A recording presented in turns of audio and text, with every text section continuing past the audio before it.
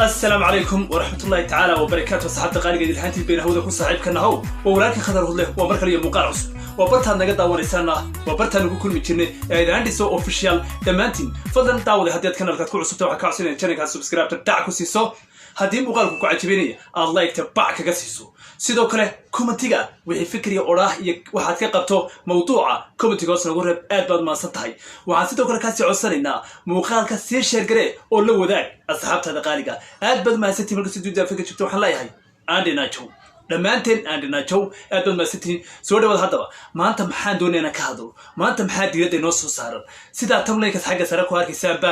waxaan maanta diiradda saari doonaa horta adiga hadda daawanaya qof baa ku eeg aniga hadda barnaamijka soo diyaarinaya qof hay eeg fadlan haddaba commentiga waxaad ku qortaan aniga hebel bay eeg runtii qofka ku eeg commentiga ku reeb aad baad maasan tahay sawad ogsoonahay waxaa la yidhi maxaa heeday qof walba oo bilaadan ah waxa u eeg amaba sawaabiya 40 weji haddaba adigu ma ka mid tahay adigana daawanayay 40 ka weji cidda ay sawaabiyaan anigu sama ka mid ahay cidda intaas sawaabiso bal haddaba barnaamijka hore ugu soconaad bad maatay soo dhawaada labada qof ee lamaanaha ee ugu horeeya horta waxa la yiri laba qof kasto xiriirkoodu raago ama laba qof kasto isku raaga asxaab noqoto dad kale si fiican isku bartaa haato wihiimada way isku eekaadaan wajigooduna way isku eekaadaan haddaba labada qof ee hadda aan soo qabanayo waxa weeyaan labada fanaan ama labada lamaanaha maxay heeday nadiir nayruus iyo waliba xaajigeeda jawhar bal saxabta qaaliga hooyo mooda dhalin haddana say isku eekaadeen ayay ka faartee bal ila daawada wala yaabay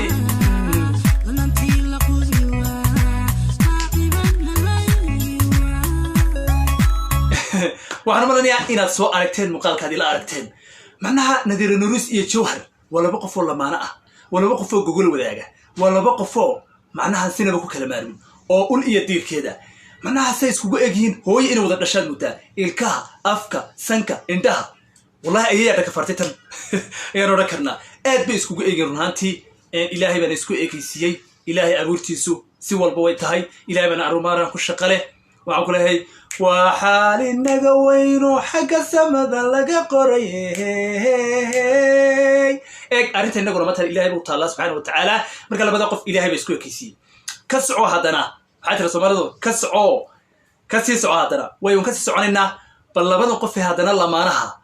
أما هلا ما نه لكن سوى الله بقف أو مقال صوت الدبي ده لكن سي ولا لما نقول كران لكن محيين ده وش جود سكويك معناها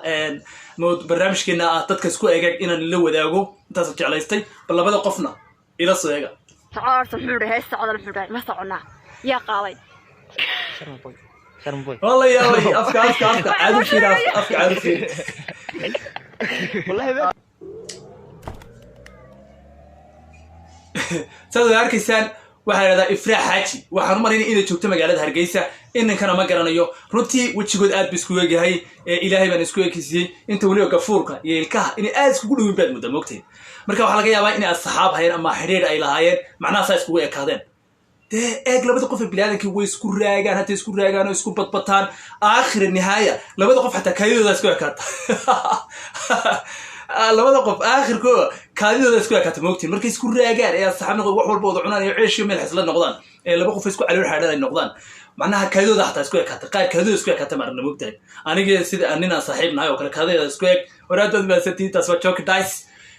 waayahay waan ka sii soconnaa korrogo haddana saar aad baad maasantihiin isa qurux badan daawaneysaan bal haddana muuqaalkan aan la wadaagayo waa laba qof oo iyaguna laba yaryar oo aan siri malaha waa lamaane ama waa walaale anu kuma dabaabi karo laakiin saan muhiimadeedu waa sida iskugu eegyihiin baan yaabay ayay ka faartay hooyo yaabto maqsa ma baa yaabay bal labadan yar ee qof inta iskaga eegyihiin adu commentiga ku qoro bal noo sheeg oo ila daawada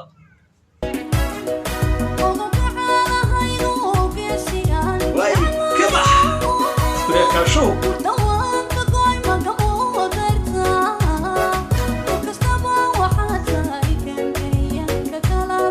اوكي اصحاب asxaabta qaaliga waxaan u malaynayaa inaad si fiican iyagana aad u aragteen aad ila aragteen haddaba dhanka iskaga egin ama dhanka iska sawaabiyaan adigay ku taallaa commentigoosna ugu reeb aad baad mahadsan tahay sida qurux badan leh eed muuqaalkaad noola daawanaysa noo dhiirigelinayso subscribe-ta channelka noo saar muuqaalka laygaree si asxaab adigoo kale aan u helo oo firfircoon maxay hayday sii sheergalo lawada asxaabta qaaliga waraad baad mahadsan tihiin hadal badan ahaan ma buuxsho waxaa horta asxaabta qaaliga aad baad mahadsan tihiin arrin waxaa jirta run ahaantii maxay beryahan baraha bulshada lala dhex socday arrintan ba haddaba waxa ay tahay haddii aad adigan idaawanaya aad maqli jirtay wiil ayaa 2 naagood isku dul wada amaba 2 naagood amaba 2 gabdhood isku guursaday misana isku dul wada haddaad arki jirtay sannadan 2020 ama 2022 war xaalku waa ka dugaa sidii hore gabadh waxaa la sheegay hani la dhaado oo Kamaal Cabdul ninka maxay heeday khiyaano macnaha ku samaysay runtii waxa la bariga hore khiyaanada ragga ku dheereyn jiray balse ma waxaan oran karnaa dumar waa xanaaqina in ay dumarkiiba xagga khiyaanada u jeereen hadda ma waxaan oran karnaa comment ku qoro tani waa aarsi ay dumarku doonayeen ragga kaga aarsadaan gabadhan sida la sheegayo Cabdisalaam nin la yiraahdo ayaa waxay u dhashay maxay heeday waxay u dhashay 3 caruura ama bashan bay tiri laakiin si hadda sheegaysa wareysi laga qaaday 3 bay adeer u dhalay tiri markaas maxaa la oran karaa gabadhii oo nin leh haddana nin kale in ay ku dul wado runtii ninka nacsan oran karnaa runtii qofka bilaadanka halkaas kagama taalo dhafoorka waxaas baan leeyahay laakiinse gabadha waa laga dareemi karaa ninka laakiin laa ninka lagama dareemi karo inuu waxaas leeyahay laakiinse gabadha waa laga dareemi karaa jiriyan baa laga dareemi karaa jasmiyan baa laga dareemi karaa wejiga dhabanadeeda laga dareemi karaa dhan walba laga dareemi karaa gabadha markaas waxa qurux badan in macnaha la iska ilaaliyo run ahaantii gabadhu haddii ku tiraado dee waad iska aaminaysaa moogtahay oo nin baa too jacayl baa ku wado waxaan ku uri dee nin maran baa tahay moogtahay markaas waxaan leenahay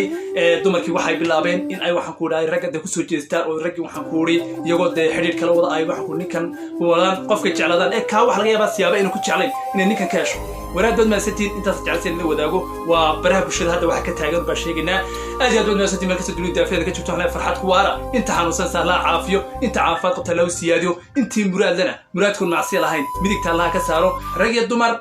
oday iyo islaan oo idaawanaya waxaan iga codsanaya martaxaad iga codsanaya channelka subscribe tay saartaan muuqaalka noo lay garaysaan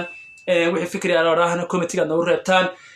aad iyo aad baad mahadsantiin meel kasta jirto waxaan leenahay sidaa iyo bye bye